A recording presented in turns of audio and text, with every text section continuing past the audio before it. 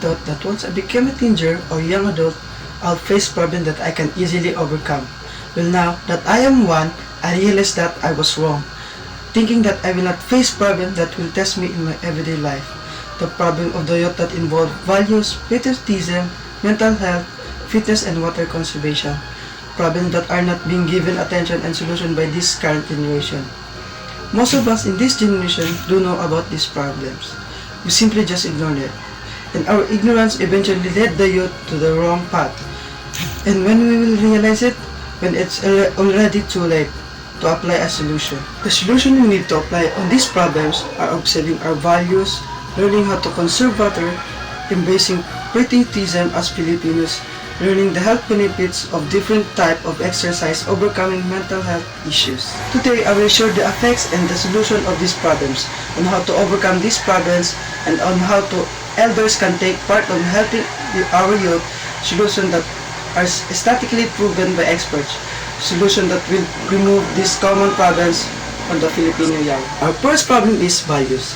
Values of the Filipino youth commonly starts in their home with the guidance of their parents, but a third of today's Filipino youth, however, had to navigate the challenges of their lives without the presence of both biological parents. Only 67% of the youths in this generation were raised by their parents.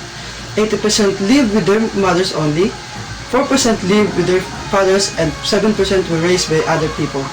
Mostly their grandparents. This affected their values because most of them were not guided properly by their own biological parents. The most common reason of why many youths are not being raised by both parents includes any parents working away, 45%, marital separation, 38%, and the deaths of any parents, 17%.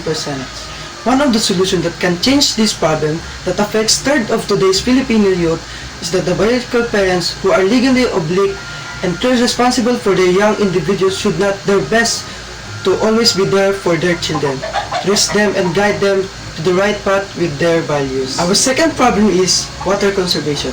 Water conservation in the Philippines is a challenge for a significant proportion of the current population, over 113 million. 53% of households lack access and safely managed water supply, and 55% of schools also lack access to safely managed water supply. This greatly affects most of the young individuals, whether they are at home or at school. The cause of these problems is that the available water supply cannot cope with the rapid growth of the population and economy.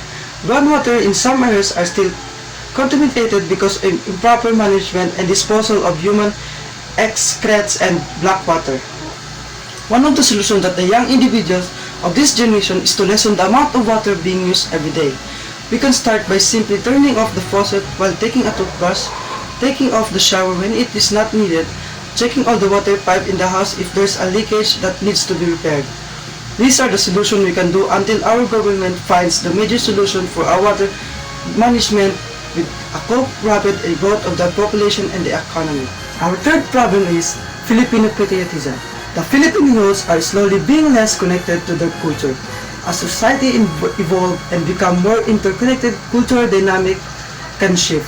Digital and social media platforms provide avenues for Filipino youth to express their cultural identity, share traditional practice, and connect others who share similar interests. The cause of this problem is that the Filipino youth are idealistic.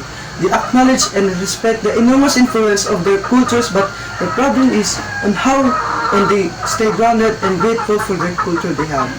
The solution for this is the Filipino youth should support their local and locally made products rather than foreign culture and products.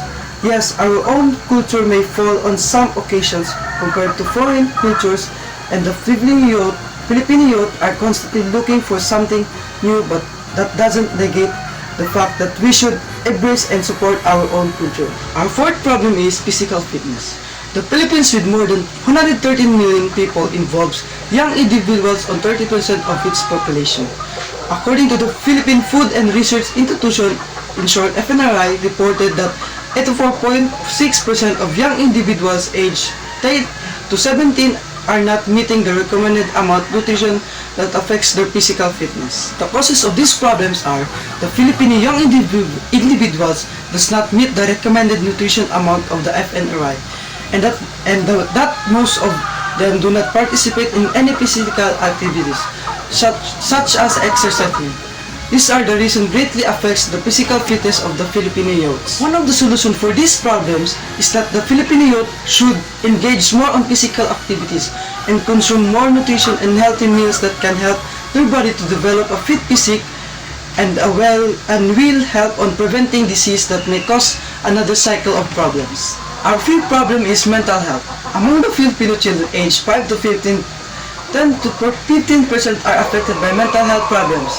According to the World Health Organization, 16.8% of the Filipino students aged to 13 to 17 have attempted suicide within a year before 2015. The causes of these problems are depression and anxiety are the most common disability over 6 million Filipino youths. These disabilities are the result of trauma and stress and becomes burden that the young individuals receive from mostly peer pressure and insecurities. Many solutions were addressed to minimize the Filipino youths with the mental disabilities. Solutions such as free telemedicine consultation. But what can we do to help people with these mental disabilities? The least we can do once a person with a mental disability approaches us to listen to what they tell you and understand their situation and tell them about self-care. In summary, parents need to guide and nourish their children to maintain their values. We need to lessen the usage of water and check for the pipe leakage to maintain water conservation. The Filipino youths should support the local products and their own culture to show patriotism. The Filipino youths should make nutritious meals and engage in physical activities to maintain their physical fitness. And lastly, we need to listen to the people with mental disabilities and understand the situation they are in.